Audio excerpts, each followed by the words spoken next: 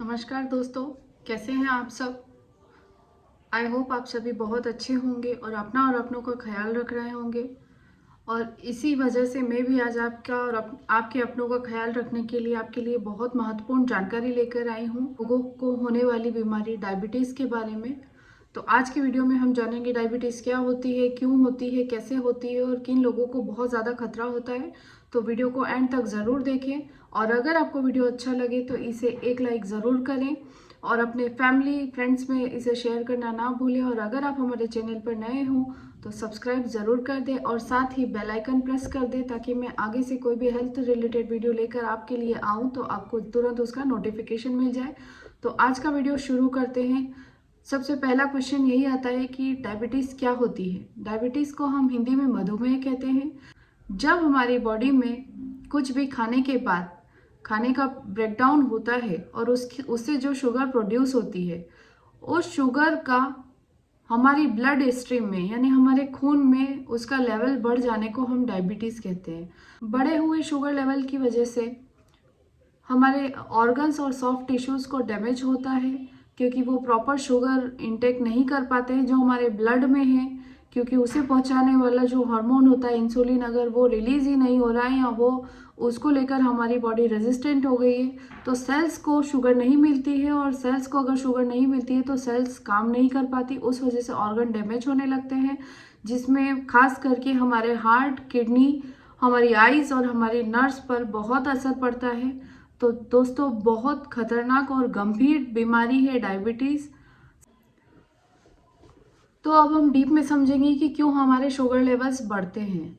दोस्तों, क्या होता है जब भी हम कोई खाना खाते हैं, अधिकतर खाना हमारी नॉर्मल डाइट में होता है, रोटी, दाल, चावल, सब्जी जो भी हम खाते हैं। इंडियंस तो हम मोस्टली यही खाते हैं और अगर फॉरेनर्स भी हैं तो उन लोगों की डाइट में भी ब्रेड, पोटैटो ये सब कुछ शामिल होता है। तो जब ये फूड हमारी बॉडी में जाता है और इसका ब्रेकडाउन होता है तो इसके ब्रेकडाउन से हमारी बॉडी में ग्लूकोज रिलीज होता है। क्या होता है, बॉडी जब कुछ भी खाती है तो उसका ब्रेकडाउन करके उसके न्यूट्रिएंट्स लेती है। न्यूट्रिएंट्स ब्लड के थ्रू हमारे हर एक ऑर्गन, हर एक टिश्यू और उसकी हर एक सेल तक पहुंचते हैं। इसी तरह जब ब्रेकडाउन के बाद ये ग्लूकोज हमारी बॉडी में हो जाती है एक्सेस में, तो हमारे स्टमक के नीचे एक ऑर्गन होता है पैनक्रियाज, वहाँ से इंसुलिन रिलीज होता है। वही इंसुलिन एक की तरह काम करता है। ब्लड में शुगर है लेकिन उसे सेल तक पहुंचाने का काम जो होता है वो इंसुलिन का होता है। इंसुलिन क्या करता है, सेल्स की उस चाबी को, सेल्स के उस ताले की चाबी है। जब इंसुलिन उस सेल्स की उस ताले को खोलता है तभी वो सेल्स के अंदर शुगर जा पाती है। लेकिन अगर शुगर सेल्स के अंदर नहीं जाती है तो क्या होगा, हमारी बॉडी में शुगर लेवल्स बढ़ने लगेंगे, ब्लड के अंदर ही वो रहने लगेंगे। सपोज कीजिए आपको कोई चीज़ किसी तक पहुंचानी थी, आपको डेली एक चीज़ मिल रही है कि आपको यहाँ तक इस जगह से इस जगह पहुंचाना है लेकिन आप नहीं पहुंचा पा रहे हैं। तो क्या होगा, देने वाला तो आपको दे रहा है लेकिन आपको जिसको पहुंचाना है आप पहुंचा नहीं पा रहे, तो सारी चीज़ें एक जगह इकट्ठा होने लगती है और इकट्ठा होने लगती है तो वो हमारी बॉडी को नुकसान पहुंचाती है। इसी तरह डायबिटीज़ में शुगर, बढ़ते हुए शुगर लेवल्स ही डायबिटीज़ का कारण है और इंसुलिन रेजिस्टेंस होना या इंसुलिन की कमी होने से ये सब कुछ दिक्कतें पैदा होती है। तो आप मेरी बात को इतना समझे होंगे कि जिन भी लोगों को डायबिटीज़ होती है उनकी बॉडी में पेनक्रियास के थ्रू इंसुलिन तो बन रहा है, लेकिन या तो वो बहुत कम मात्रा में बन रहा है या फिर वो अपना काम जो है कि सेल्स के उस लॉक को ओपन करना है जिसके थ्रू उसमें शुगर ग्लूकोज जो है वो एंटर कर पाए।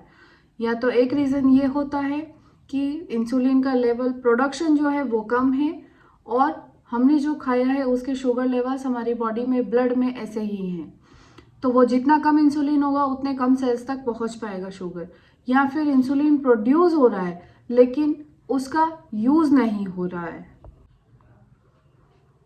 तो आप इतना समझे होंगे कि जिन लोगों में डायबिटीज़ होता है उनके पेनक्रियास के थ्रू इंसुलिन तो बनता है लेकिन उतना नहीं बनता है जितना बॉडी को ज़रूरत है।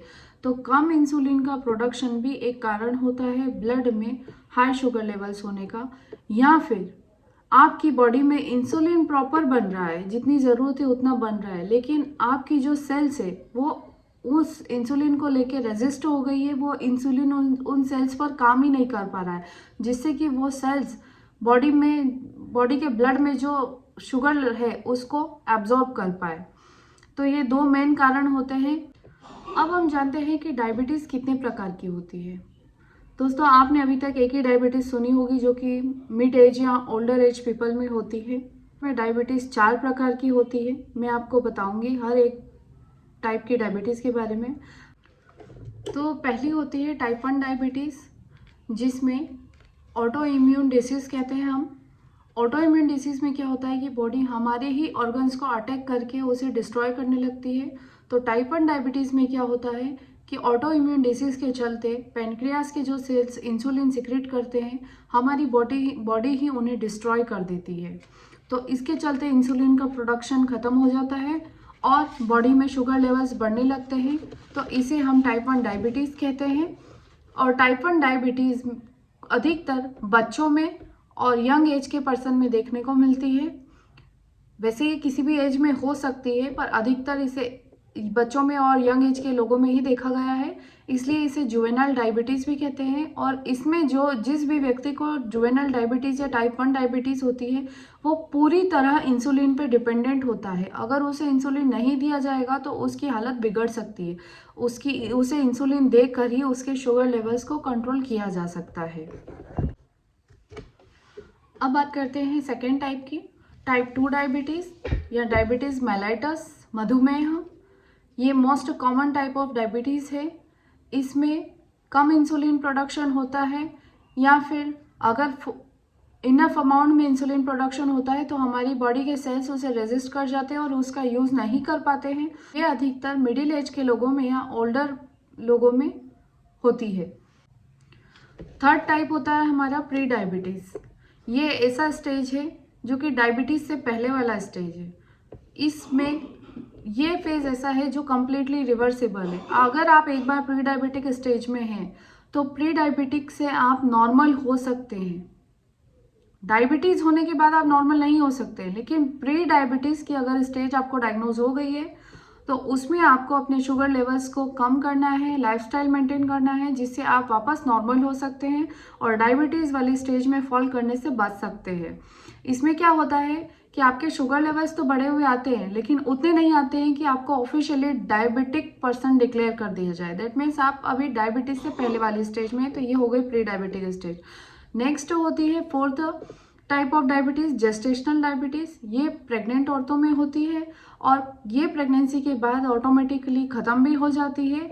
बट इसका एक ही रिस्क फैक्टर होता है कि अगर आपको प्रेगनेंसी के दौरान जेस्टेशनल डायबिटीज़ हुई है तो हो सकता है कि आपको आगे लाइफ में चलकर डायबिटीज़ टाइप 2 होने के चांसेस बढ़ जाते हैं। तो क्या रिस्क फैक्टर होते हैं जिसकी वजह से डायबिटीज़ होने के चांसेस बढ़ जाते हैं?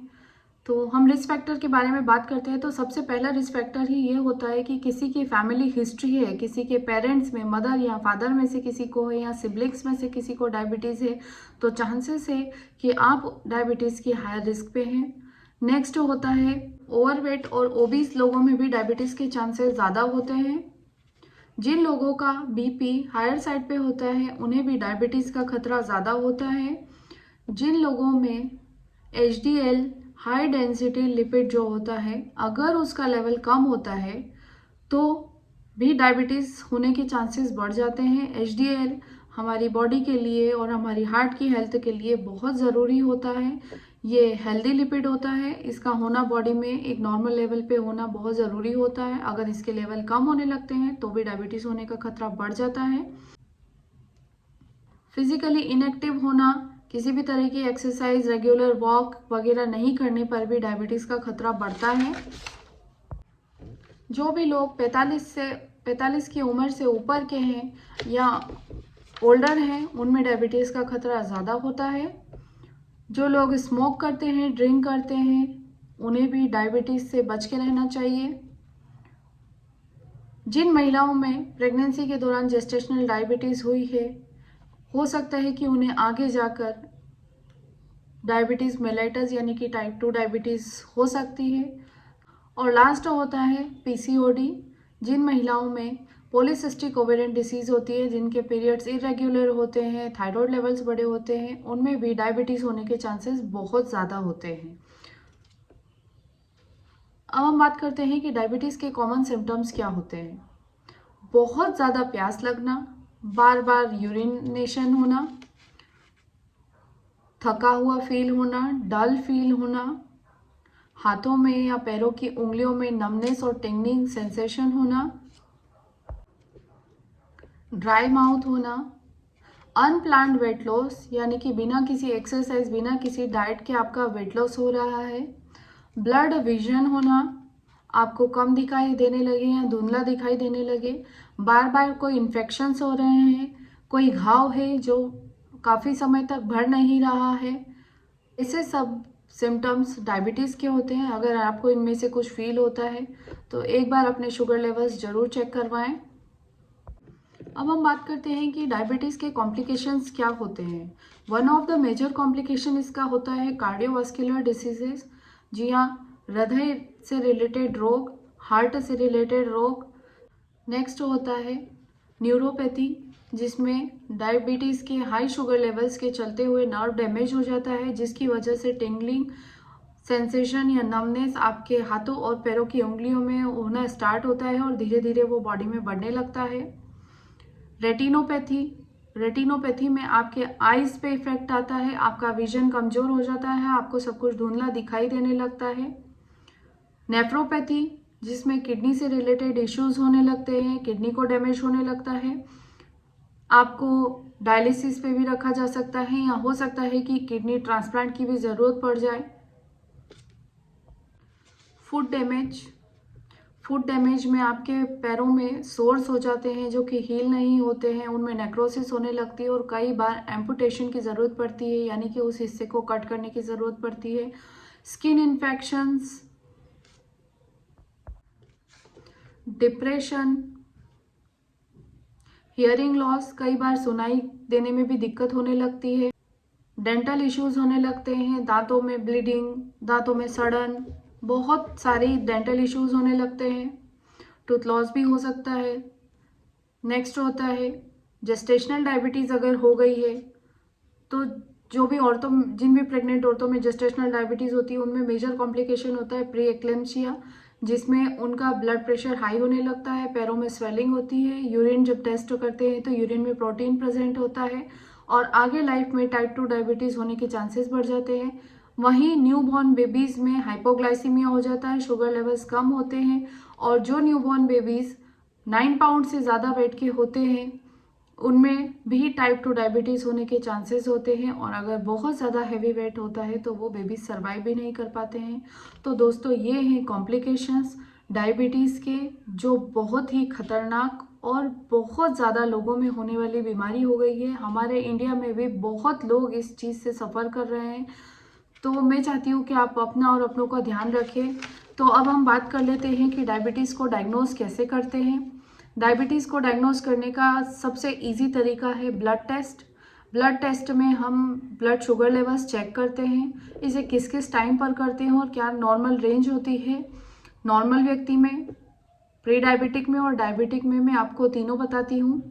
तो सबसे पहला हम बात करते हैं फास्टिंग ब्लड शुगर लेवल्स या ग्लूकोज लेवल्स चेक करते हैं। तो इसके लिए हमें मिनिमम 8 आवर की फास्टिंग होना ज़रूरी है, जिसमें हमने कुछ भी खाया और पिया नहीं हो एक्सेप्ट वाटर। जब फास्टिंग ब्लड ग्लूकोज चेक कर लेते हैं तो इसके नॉर्मल जो पर्सन है उसमें इसकी रेंज होती है अंडर 100। अगर लेवल्स अंडर 100 है that means you are absolutely normal. अगर 101 से लेके 125 तक है fasting blood sugar level that means you are pre diabetic, और मोर देन 126 इज डायबिटिक। तो अगर आप में fasting blood sugar glucose levels इस तरह के होते हैं तो आप इससे अंदाज़ा लगा सकते हैं कि आप किस कैटेगरी में आते हैं। नेक्स्ट होता है रैंडम ब्लड ग्लूकोज लेवल्स। तो रैंडम में हम लोग कोई फास्टिंग की ज़रूरत नहीं होती है, हम इसे दिन में किसी भी टाइम पर कर सकते हैं और इसके लेवल्स तो नॉर्मल व्यक्तियों में रैंडम ब्लड ग्लूकोज जो होता है वो 140 मिलीग्राम पर डेसीलीटर से नीचे होता है। वहीं प्री डायबिटिक की बात करें तो 141 से लेके 199 तक अगर आपका रैंडम ब्लड ग्लूकोज लेवल आ रहा है तो आप प्री डायबिटिक हैं, और मोर देन 200 है दैट मीन्स कि आप डायबिटिक हैं। नेक्स्ट होता है HbA1c। इस टेस्ट में हम पास्ट 2-3 मंथ्स के आपके average blood glucose levels check करते हैं, जो कि haemoglobin blood glucose levels check करते हैं तो HbA1c 5.7 से नीचे नॉर्मल कंसिडर किया जाता है, 5.8 to 6.4 pre diabetic and more than 6.5 is diabetic.